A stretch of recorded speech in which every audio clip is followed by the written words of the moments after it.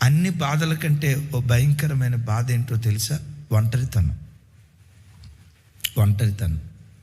మిమ్మల్ని ఉన్నపాటున పాకిస్తాన్ దేశానికి తీసుకెళ్ళి మీకు ఫోన్ ఇవ్వకుండా, నెల పోషించబడటానికి మాత్రం డబ్బులు పంపిస్తా, ఫోన్లో మాట్లాడనీయకుండా, అక్కడ నానే వాళ్ళు ఎవరూ లేకుండా ఓ సంవత్సరం పాటు మిమ్మల్ని పాకిస్తాన్ దేశంలో వదిలేస్తే ఆ తర్వాత ఉరేసుకొని చచ్చిపోకపోతే నన్ను అడగండి. ఎందుకంటే ఒంటరితనం చాలా భయంకరమైంది. ఈ ఒంటరితనానికి తోడు అవమానాలు ఒకవైపు, చేయని నింద ఒకవైపు, చెరసాలు ఒకవైపు, కాళ్ళు చేతులు సంఖ్యలతో బంధించబడి బానిస బ్రతికిన బ్రతుకు ఇంకొక వైపు. నేనంట ఓ 80 సంవత్సరాల వయసు కలిగిన పెద్ద ఆయన, అయ్యా నీ జీవితంలో ఎదురైన మేలులు కీడులు, లాభాలు నష్టాలు చెప్పంటే ఓ 80 సంవత్సరాల వయసులో ఉన్న ఆయన తన కష్టాలు చెప్తాడు, సంతోషాలు చెప్తాడు.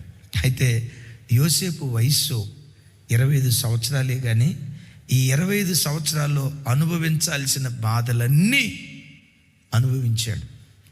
ఏ నరుడు పడనన్ని కష్టాలు, బాధలు, ఇబ్బందులు అనుభవించాడు. చాలాసార్లు ఏమనుకుని ఉంటాడంటే, ఈ ఐగుప్తు దేశంలోంచి నేను వెళ్ళిపోతా. ఒకవేళ నాకే గనక ఈ జైల్లో నుంచి నేను బయటకు వచ్చిన మరుక్షణమే ఎక్కడ తేల్తాను అనుకుని ఉంటాడు. చెప్పండి. థ్యాంక్ యూ అమ్మా. ఒకవేళ బతుకు జీవుడాని జైల్లో నుంచి నేను బయటకు వచ్చానంటే, ఈ చెరసాల్లో నుంచి నాకు విడుదల దొరికిందంటే, లేడి పిల్లలాగా పరిగెత్తి ఆరంభించిన పరుగు కనాను దేశంలో మా నాన్న ముందు ఆపుతా. సచ్చిన ఇక ఈ దేశంలో ఉండను. అన్ని బాధలు అనుభవించాడు. అయితే ఆ తర్వాత చెరసాల్లో నుంచి యోసేపును దేవుడి సింహాసనానికి ఎక్కించటం, ఆయనకి వివాహం అవటం, ప్రపంచ దేశాలకు ఆహారాన్ని పంచే ఆహార శాఖ మంత్రిగా ఆశీర్వదించబడటం, ఆయన బయలుదేరి వెళ్తూ ఉంటే ఏ వీధుల్లో అవమానపడ్డాడో అదే వీధుల్లో కుక్క కూడా తన తోకాడించట్లేదంట. ఏ మనిషి కూడా యోసేపు ఆజ్ఞ లేకుండా చెయ్యి పైకెత్తట్లేదట, చెయ్యి కిందకి దించట్లేదట. ఏ దేశంలో అవమానపడ్డాడో అదే దేశంలో అంత భాగ్యవంతుడిగా యోసేపు నిలవబెడితే ఇప్పుడు ఏమంటాడంటే, నేను ఆరాధించే నా దేవుడు బాధ నొందిన దేశంలో నన్ను అభివృద్ధి పరిచాడు అని ఎఫ్రాయిం అని పేరు పెట్టాడు. బిడ్డలారా, ఇది ఎందుకు దృష్టాంతంగా దేవుడు రాయించాడో తెలుసా? యోసేపు జీవితంలో నా దేవుడు ఏది చేశాడో నీ జీవితంలో కూడా అదే కార్యం దేవుడు చేస్తాడు. యోసేపు జీవితంలో దేవుడు ఏ కార్యం చేశాడో, నేను ఆరాధించే నా దేవుడు యేసయ్య నాకు కావాలని చిన్న వయసులో ప్రభు దగ్గరికి వచ్చానే, యేసయ్య సేవ చేయాలని లోకాన్ని జుర్రుకోని వయసులో దేవుని పనికొని వచ్చానే, ఏ దేవుని నేను నమ్మి వచ్చానో, ఏ దేవుని నమ్మి ఈరోజు ఈ ఉపవాస ప్రార్థనకు వచ్చారో, మీరు ఆరాధించే ఈ దేవుడు ఏ ఇంటిలో బాధలు అనుభవిస్తారో అదే ఇంటిలో అభివృద్ధి పరుస్తాడు. ఏ గ్రామంలో అవమానపరచబడతారో, ఏ గ్రామంలో బాధ నొందుతారో, బాధ నొందిన చోటే భాగ్యవంతులుగా దేవుడు మారుస్తాడు. ఏ ఉద్యోగ స్థలంలో టార్చర్ అనుభవిస్తారో, అగైన్ ఏ ఉద్యోగ స్థలంలో టార్చర్ అనుభవిస్తారో, బాబోయ్ మా ఎండి ఉన్నాడు, హిట్లర్ కూడా ఎంత ఘోరంగా బతికొండడం, బాబోయ్ మా ఎండి మా మేనేజరు అయ్యి బాబోయ్ క్రూరుడు, ఇలాంటి క్రూరుడు నేను ఎక్కడో చూడలేదని కొన్నిసార్లు ఈ ఉద్యోగం కాదని ఆ ఉద్యోగం కాదని ఈ ఉద్యోగం, ఈ స్థలం కాదని ఆ స్థలం, లోతులాగా దేవుని పిల్లలుగా మనం గుడారాలు మార్చాల్సిన అవసరం లేదు. ఏ ఉద్యోగం చేస్తావో, ఏ ఉద్యోగంలో బాధలు అనుభవిస్తావో, బాధ నొందిన చోటే నిన్నంతకంతకు దేవుడు అభివృద్ధి పరుస్తాడు. ఆమెన్. ఈ దేవుడు ఎవరయ్య అంటే, బాధ నొందిన గ్రామంలోనే, బాధ నొందిన ఇంటిలోనే, బాధ నొందిన దేశంలోనే, బాధ నొందిన ఉద్యోగ స్థలంలోనే, బాధలు అనుభవించిన సంఘంలోనే మనల్ని భాగ్యవంతులుగా దేవుడు మారుస్తాడు. ఎక్కడ బాధపడిన చోటే, ఎక్కడైనా నీకు బాధ ఎదురైందంటే వెంటనే గుర్తుకు తెచ్చుకో, ఓహో ఇక్కడ బాధ ఎదురవుతుందంటే నా దేవుడు ఇదే స్థలంలో నన్ను భాగ్యవంతుడిగా మార్చబోతున్నాడు. మీకు వద్దేమో నాకు తెలియదు, నన్ను అడిగితే నేను గట్టిగా చెప్పేవాడినా. ఎక్కడ బాధ అనుభవిస్తావో బాధను అనుభవించే చోటే దేవుడు మనలను భాగ్యవంతులుగా దేవుడు మారుస్తాడు. అది ఒక పెద్ద సంస్థ. నేను ఆ పేరు చెప్పగలను, వాళ్ళ పేరు చెప్పగలను. ఇట్లాగే సేవ చేయటానికి వచ్చాడు. సేవ చేయటానికి వచ్చిన తర్వాత సేవలో ఆయనకి చాలా ఇబ్బందులు ఎదుర్కొన్నాడు. భాష అంతగా రాదు. ఆ భాష రానితనం కానీ కొన్ని పరిస్థితులను బట్టి కానీ ఆ సంస్థలో ఉన్న కొంతమంది ఆయన బాగా ఇబ్బంది పెట్టారట. ఇబ్బంది పెడితే నేను ఇక్కడ సేవ చేయలేను, అసలు ఈ సేవే చేయలేను. మన రాజు అన్న పెద్ద సాక్ష్యం చెప్పాడుగా, నేను ఈ సేవే చేయలేను, నా వల్ల కాదు, నేను వెళ్ళిపోతా అని అనుకొని ఆల్మోస్ట్ పెట్టే బేడ సర్దుకున్నాడంట. ఆయనకు బాగా పరిచయం ఉన్న ఒక సేవకుడు, ఆయన నాకు బాగా పరిచయం, ఆయన పేరు ఎలీషా. చూశాడు, అన్న ఏంటి బ్యాగ్ సర్దుకుంటున్నారు, ఏంటన్నా మొత్తం లగేజ్ సర్దుకున్నారు, ఎక్కడికైనా సేవ నిమిత్తం ట్రాన్స్ఫర్ అయ్యి వెళ్తున్నారా అంటే, లేదన్నా ట్రాన్స్ఫర్ కాదు, నేను టార్చర్ తట్టుకోలేకపోతున్నా, ఈ బాధ తట్టుకోలేకపోతున్నా, ఈ సేవ నేను చేయలేను, నా వల్ల కాదు, అమ్మో ఈ బాధలు మనిషి అనేవాడు తట్టుకోలేడు, నేను వెళ్ళిపోతానన్నా అని తన బాధ ఏదో తన స్నేహితుడికి చెప్పాడు. అప్పుడు ఆయన కూర్చోబెట్టి అన్నాడట, ఇదే వాక్యం గుర్తుకు తెచ్చి, నీవు సేవించే నీ దేవుడు ఎవరో తెలుసా? ఏ యేసయ్య సేవ చేయటానికి వచ్చావో ఆ యేసయ్య బాధ నొందిన చోటే మనం వృద్ధిపరిచే దేవుడు. ఏ స్థలంలో సంఘంలో సేవలో మనం అవమానపడతామో బాధలు అనుభవిస్తామో అక్కడే బలమైన పనిముట్టుగా దేవుడు వాడుకుంటాడు. నాయన వాడుకునే కాలం దాకా ముందు నేను బతకాలిగా, నువ్వు బతికితే చాలు, కొంచెం ఓర్చుకుంటే చాలు. ఇంకో మాట చెప్పంటారా, నేను బాధ పెట్టేవాళ్ళు ఎవరు నిజంగా వాళ్ళు నేను బాధ పెట్టేవాళ్ళు కాదు, దేవుడు వాళ్ళని అనుమతించాడు, వాళ్ళు దోతలో. ఆమె ఏం చెప్పండి, తెలుగులో అన్నా కదా, చెప్పండి ఏమన్నాను? నిన్నెవరైనా బాధ పెడుతున్నారంటే వాళ్ళు శత్రువులు కాదమ్మా, అస్సలు శత్రువులు కాదు, వాళ్ళు నీ విరోధులు కాదు, నీకు కీడు చేసేవాళ్ళు అంతకన్నా కాదు, నిన్ను బాధ పెట్టేవాళ్ళు అంతకన్నా కాదు. నిన్ను బాధ పెడుతున్నారని అనుకున్న వాళ్ళు దేవుని చేత పంపబడిన దూతలు. మీరు ఎట్లా అంటున్నారంటే, అన్నయ్య మీకు ఎదురైతే తెలుస్తుంది అన్నయ్య, అక్క మీకు ఎదురైంది ఇంతేనక్క, మీరు ఎదుర్కొంది ఇంతే. మీరు ఒక కుటుంబానికి పరిమితమైన వాళ్ళు, ఒక 10 మందికి పరిమితమైన వాళ్ళు, మేమున్నాం చూసారా, ప్రపంచానికి పరిమితమైన వాళ్ళు. ప్రపంచానికి పరిమితం అనేది ఎంత నిజమో, ఎంత చెట్టుకు అంటే ప్రపంచానికి పరిమితం అయ్యామంటే అన్ని బాధలు కూడా వస్తాయనే కదా దాని అర్థం. ఇప్పుడు ఆమె ఏం చెప్పలా కదా, అది మీకు తెలియని రహస్యం. వినండి వాళ్ళు ఎవరయ్యి అంటే దోతలు, దేవుని దోతలు. ఎందుకో తెలుసా? ఈ శ్రమల పాఠశాలలో వాళ్ళు నలగొట్టి దేవుడు వారి ద్వారా ఓర్పు నేర్పుతాడు, సహనం నేర్పుతాడు, లోబడే తత్వం నేర్పుతాడు. నీలో నాలో ఉన్న తొందరపడితనాన్ని తీసేసి సాత్వికులుగా దేవుడు మారుస్తాడు. ఏమండి, గోధుమ మెత్తగా కావాలంటే ఏం చేయాలి? గోధుమలు తీసుకెళ్ళి యేసునామంలో మెత్తగా, ఇదిగో జరిమే పాస్టర్ గారు నేను చెప్తున్నా, ఇదిగో యేసునామంలో నువ్వు మెత్తగైపోదు కాక అంటే, ఆ గోధుమలకు నోరుంటే అంటదే, ఒరే మెంటలోడా, ఒరే పాగల్, నేను మెత్తగా కావాలంటే రోట్లో వేయాలి, రోట్లో వేసినంత మాత్రాన్ని మెత్తగా అవుతాయా అక్క? మరలా అంట, ఒక దంచుడికే, ఒక రోకల పోటుకే మెత్తగా అయిద్దా? దంచి దంచి దంచి దంచి దంచి దంచి దేవుడు ఒక పాత్రగా నన్ను ఆడుకోక మునుపు, ఒక పనిముట్టుగా నిన్ను వాడుకోక మునుపు దంచుతాడు దేవుడు. మనుషుల ద్వారా దంచుతాడు, సమస్యల ద్వారా దంచుతాడు, భర్త ద్వారా దంచుతాడు, భార్య ద్వారా దంచుతాడు, పిల్లల ద్వారా దంచుతాడు, అధికారుల ద్వారా దంచుతాడు, నాయకుల ద్వారా దంచుతాడు. దంచేది నాశనం చేయటానికి కాదు, పిండిగా మార్చడానికి.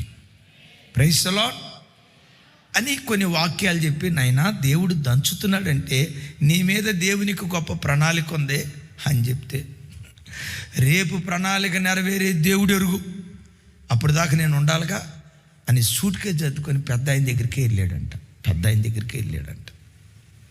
అదొక పెద్ద సంస్థ. నేను వెళ్ళిపోతాను అయ్యా, నేను ఉండలేను, నేను చేయలేను. అప్పుడు చూసి, పొందబోవు మహిమ ఎదుట ఇప్పటి కాలపు శ్రమలు ఎన్నదగినవి కాదు. నీ కొరకు ఒక మహిమాయుక్తమైన సేవ దేవుడు దాచిపెట్టాడు. అయితే ఆ మహిమ ఇప్పుడు అనుభవించవు. రాబోయే కాలంలో మహిమ దేవుడు దాచిపెట్టాడు. ఆ మహిమను అనుభవించాలంటే ఇప్పుడు శ్రమలు నువ్వు అనుభవించాలి. తమ్ముడో, ఇప్పుడున్న శ్రమలే కాదు, రాబోయే కాలంలో శ్రమలు ఇంకా ఎక్కువగా పోతా ఉన్నాయి నీకు. ఆమేనా? శ్రమలు ఇంకా ఎక్కువగా పోతా ఉన్నాయి. ఓర్చుకున్నావా, భరించావా, రేపు బలమైన ఆయుధం అవుతావు. ఖచ్చితంగా చెప్తాను, పొందబోవు మహిమ ఎదుట ఇప్పటి కాలపు శ్రమలు ఎనదగినవి కాదు. ఈ దేవుడు బాధ నొందిన సంస్థలోనే నిన్ను భాగ్యవంతుడిగా మారుస్తాడు అని అన్నాడు. ఆ పెద్ద ఆయన మాట హృదయాన్ని ఎక్కడో కదిలించింది. సూట్ కేసు అక్కడే పెట్టాడు. సత్య వరకు ఈ సంస్థలోనే నేను సేవ చేస్తానన్నా, నేను అన్నగదయ్యా, సత్య వరకు ఈ సంస్థలో నేను సేవ చేస్తానయ్యా, నా కొరకు ప్రార్థన చేయండి, నా మనసు స్థిరపడేటట్లుగా అన్నాడట. మోకరించాడు, ప్రార్థన చేశాడు. ఆ చిన్నోడే పెరిగి పెద్దోడే ఈరోజు ఆ పెద్ద సంస్థకు చీఫ్ పాస్టర్ అయిపోయాడంట. 100 సంఘాలు ఉంటే ఆ 100 సంఘాలకు అధినేత ఎవరై అంటే ఆ యవనస్తుడే. ఆయన అడిగితే ఏమంటాడు తెలుసా? బాధ నొందిన దేశంలోనే నా దేవుడు నన్ను అభివృద్ధి పరిచాడు. ఈ వాక్యం వింటున్న బిడ్డలారా, విని విడిచిపెట్టడం కాదు, అప్పుడు అట్లా జరిగిందట అని వదిలేయటం కాదు. యోసేపు జీవితంలో నీ దేవుడు ఏం చేశాడో నీ జీవితంలో కూడా తప్పకుండా దేవుడు అది చేస్తాడు. నీ బ్రతుకులో కూడా దేవుడు తప్పకుండా అది చేస్తాడు. బాబో, ఈ ఇంట్లో నేను పోరు భరించలేను, ఈ ఉద్యోగ స్థలంలో నేను టార్చర్ భరించలేను, ఈ వ్యక్తితో నేను టార్చర్ భరించలేనని స్థలాలు మార్చొద్దు, వ్యక్తులను మార్చొద్దు, ప్రాంతాలు మార్చొద్దు. అక్కడే కొంతకాలం నిలవబడు. బాధ నొందిన చోటే నేను ఎఫ్రాయిములాగా దేవుడు నిలవబెడతాడు. సరే, ఇది ఎఫ్రాయిము అనే పేరు వెనుకున్న చరిత్ర. సరే, ఇంతకీ విచిత్రం, ఈ గుమ్మానికి ఎఫ్రాయిం అనే పేరు ఎందుకు పెట్టారు? దేవుడు మన జీవితంలో బాధ నొందిన స్థలాల్లో మన బ్రతుకును ధన్యం చేయాలంటే మనం ఎలా బ్రతకాలి? ఆకాశం క్రింద భూమికి పైన బ్రతుకుతున్న ప్రతి మనిషి జీవితంలో తప్పకుండా బాధలు వస్తాయి. దీన్ని గూర్చి యోబు భక్తుడు ఇలా అంటాడు. చూడండి, యోబు గ్రంథం 5వ అధ్యాయం 6-7 వచనాలు. అందరూ చూడండి, కొంచెం అది భలే ఉంటుంది ఆ మాట. గతంలో కూడా ఒకసారి ఎర్లీ మార్నింగ్ మెసేజ్లో కూడా చెప్పాను. రైట్, శ్రమ ధూళిలో నుండి పుట్టదు, బాధ భూమిలో నుండి మొలవదు. 7, నిప్పురవ్వలు పైకి ఎగురున్నట్లు నరులు శ్రమానుభవమునకే పుట్టుచున్నారు. పుట్టే పిల్లలు ఎందుకు పుడుతున్నారంట? మరి పుడుతుంటే సంతోషిద్దామా, బాధపడతావా? ఏమని రాసింది చెప్పండి అమ్మా. నరులు శ్రమానుభవమునకే పుట్టుచున్నారు. నరులు శ్రమానుభవమునకే పుట్టుచున్నారు. 6వ వచనంలో అంటాడు, ధూళిలో నుండి శ్రమ బయలుదేరదు, బాధ భూమిలో నుండి మొలవదు. మరి ఈ బాధలన్నా శ్రమలన్నా ఎవరి జీవితంలో పడతాయి? మనుషుల జీవితంలోనే పడతాయి. మీరు అనొచ్చు, అన్నయ్య మరి అట్టాగైతే మనిషిని దేవుడు పుట్టించింది ఎందుకన్నయ్య? నేనంట, ప్రశ్న ఎక్కడుంటుందో సమాధానం కూడా అక్కడ ఉంటుంది. ఆమె విషం ఎక్కడుంటుందో విషానికి విరుగుడు కూడా దేవుడు సిద్ధపరుస్తాడు. ఆమేన్. రోగం ఉందంటే రోగానికి తగిన హాస్పిటల్ కాదు, ట్యాబ్లెట్. రోగానికి తగిన ట్యాబ్లెట్ కూడా ఆల్రెడీ దేవుని కృపను బట్టి ఏదో ఒక డాక్టర్ గారి ద్వారా కనిపెట్టేటట్లు దేవుడు చేస్తాడు కదా. సమస్య ఎప్పుడైనా ఉందంటే సమస్యకు విరుగుడు కూడా దేవుడు శ్రద్ధపరుస్తాడు. నిప్పురవ్వలు పైకి ఎగురుతాయి అనేది ఎంత ఖచ్చితమో, పుట్టిన ప్రతి మనిషి తప్పకుండా బాధను ఎదుర్కొంటాడు అనేది అంత ఖచ్చితం. అయితే కొందరి జీవితాల్లో బాధలలా నిలిచిపోయి బాధల వలయంలో చిక్కుకొని బాధ, శ్రమ, బాధ, ఆ శ్రమల మధ్యలోనే ఆఖరి శ్వాస విడుస్తారు. కొంతమంది జీవితాల్లో ఆ బాధలనే భవిష్యత్తులో భాగ్యంగా మార్చబడతాయి. కొందరిని శ్రమ మింగేస్తే, బాధ మింగేస్తే, మరికొందరి బ్రతుకులో ఆ బాధ ప్రజలను ఎందుకు భాగ్యవంతులుగా మార్చింది? రెండో వర్గం ఏం చేసింది? మొదటి వర్గమేమో వాళ్ళ ఛాయాశక్తుల బయటకు రావాలని వాళ్ళ తెలివితేటలు ఉపయోగించారు. రెండో వర్గం వారి తెలివితేటలకు మించి దేవుణ్ణి ఆశ్రయించారు. అదే అక్కడ అంటాడు. నెక్స్ట్ వర్స్ చూచిన, నెక్స్ట్ వర్స్ 7వ వచనం. అగగు నిప్పురవ్వలు పైకి ఎగురున్నట్లు నరులు శ్రమానుభవమునకే పుట్టుచున్నారు. 8వ వచనం. అయితే నేను దేవునిని ఆశ్రయించుదును, దేవునికే నా వేద్యమును అప్పగించుదును. రైట్. నరులందరికి వచ్చినట్లుగా మనకి బాధలు వస్తాయి, నరులందరికీ వచ్చినట్లుగా మనకి శ్రమలు వస్తాయి, మనకి ఇబ్బందులు వస్తాయి, మనం ఆపదల్లో చిక్కుకుంటాం. వీటి మధ్యలో చిక్కుకున్నప్పుడు నీ సొంత ప్రయత్నం చేయటం కాదు, దానికి మించి వాటి మధ్యలో మనం దేవుని ఆశ్రయించే వారిగా ఉండాలి. ఆమె మన వేద్యాన్ని ఎవరికి అప్పగించాలి? పోలీస్ స్టేషన్కి అప్పగించకూడదు, లాయర్లకు అప్పగించకూడదు, కోర్టులకు అప్పగించకూడదు, మన బంధువులకు అప్పగించకూడదు. మా ఇంట్లో ఇలా జరిగింది, కొల పెద్దలారా, ఆగుదాం అక్కడ. ఇది అబద్ధం కాదు. ఏమన్నాడు ముందు? ఫలాభివృద్ధి అన్నాడా? ఇది అబద్ధం కాదంటే ఫలాభివృద్ధి అంటే ఎట్లా అమ్మా? ఏమన్నాడు?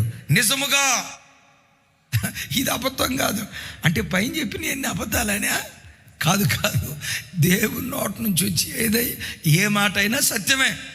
అయితే దాన్ని నొక్కి వక్కాణించడానికి ఇక్కడ అంటాడు, నిజముగా ఎఫ్రాయిము సహోదరులలో ఫలాభివృద్ధి నొందును.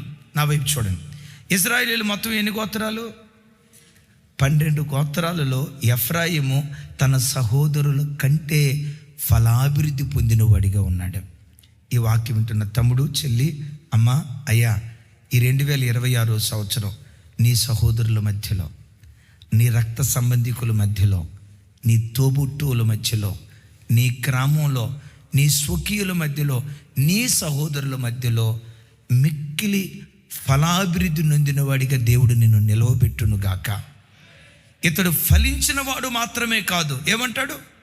అతని ఫలము అభివృద్ధి చెందింది. ఫలాభివృద్ధి చెందిన వాడిగా ఎఫ్రాయిము ఉన్నాడు. నా వైపు చూడండి.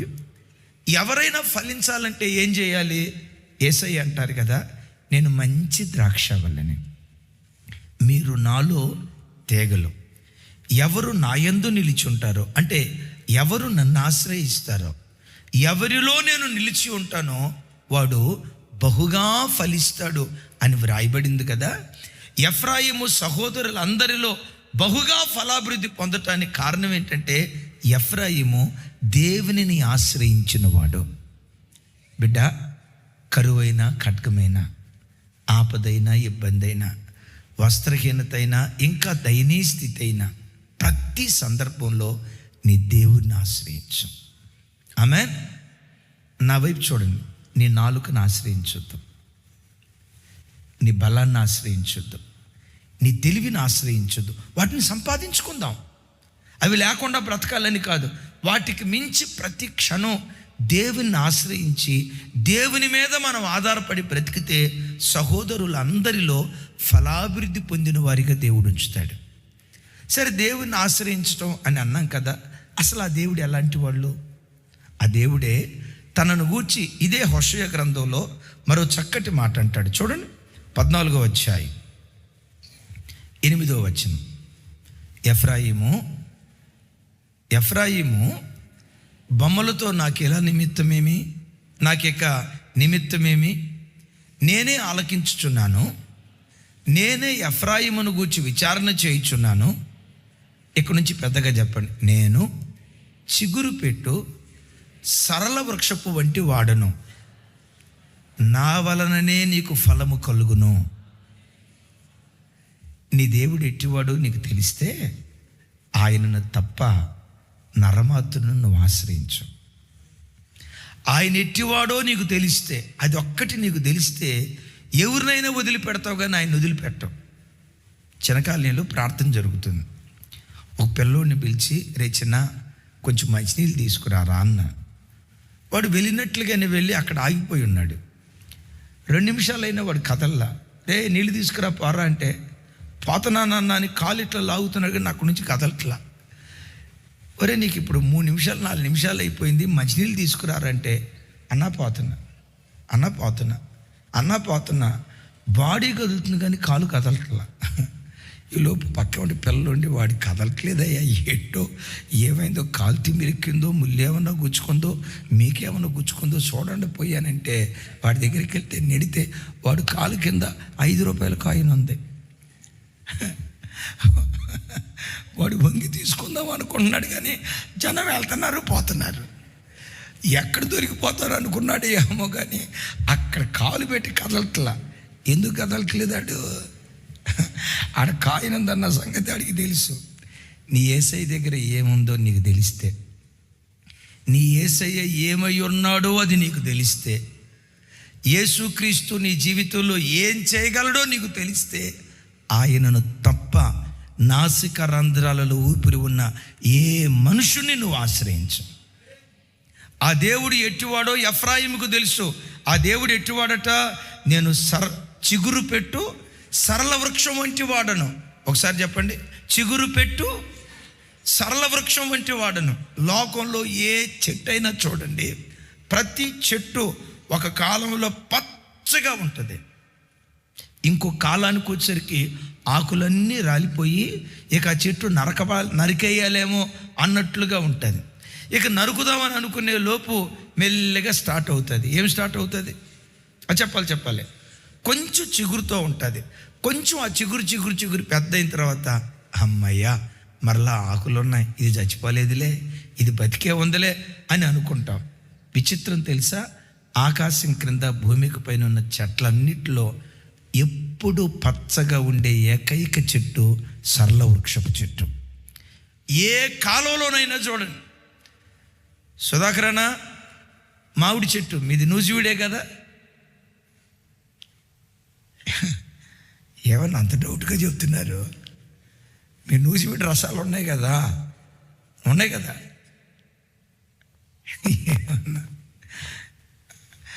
మామిడి చెట్టు ఏ కాలంలో పచ్చగా ఉంటుందన్నా?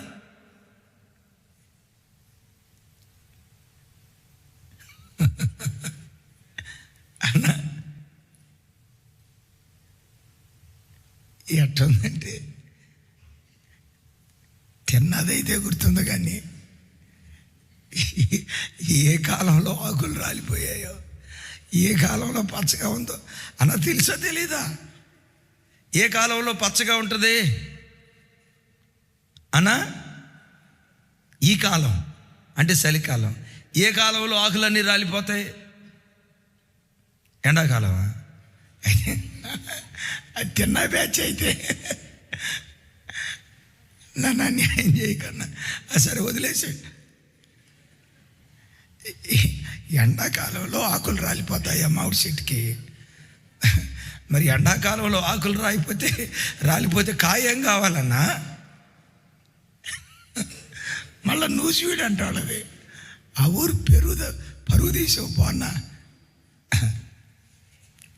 సరే, ప్రతి చెట్టుకు, ఏ చెట్టు అయినా చూడండి, ఆకులు రాలే కాలం ఉంటుంది. ఆకులు రాలినప్పుడు ఆ చెట్టు ఎట్లుంటుంది? ఎండిపోయినట్లు ఉంటుంది. ఈ సృష్టిలో నిరంతరము పచ్చగా ఉండే ఒకే ఒక్క చెట్టు సరళ వృక్షపు చెట్టు. ఆమేన్. నిజమే, నీవు ఆరాధించే నీ దేవుడు ఏ కాలంలోనైనా ఆయన పచ్చగానే ఉంటాడు. గట్టిగా చెప్తే ఆమేన్.